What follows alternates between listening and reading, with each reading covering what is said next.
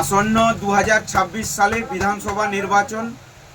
এই নির্বাচনে পটাশপুর বিধানসভা ক্ষেত্রে প্রার্থী আমি নিজে সাবের আলী খান পটাশপুর থেকে আমি দাঁড়িয়েছি। টিকিট পেয়ে গেছি।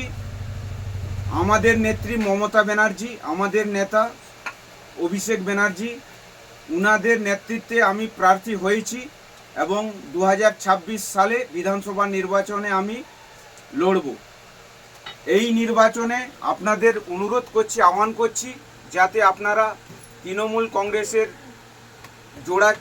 জোড়া ফুল চিহ্নে ভোট দিয়ে আমাকে জয়যুক্ত করুন একবারের মতো।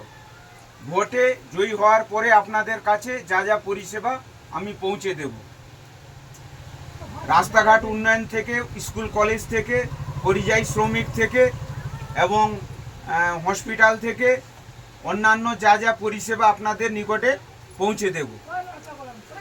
এই আলাবাবুর চা দোকানে উপস্থিত আছেন আবু নাসর ভাই, সাহারুল ভাই, আলাবাবুর স্ত্রী কাকিমা আছেন, শামসাদ ভাই আছেন। সবাইকে যথাযোগ্য স্থানে সম্মান জানাই এবং আমাকে পুনরায় একবারের মতো এই বিধানসভা ভোটে জোড়া ফুল চিহ্নে ছাপ দিয়ে একবারের মতো জয়যুক্ত করুন।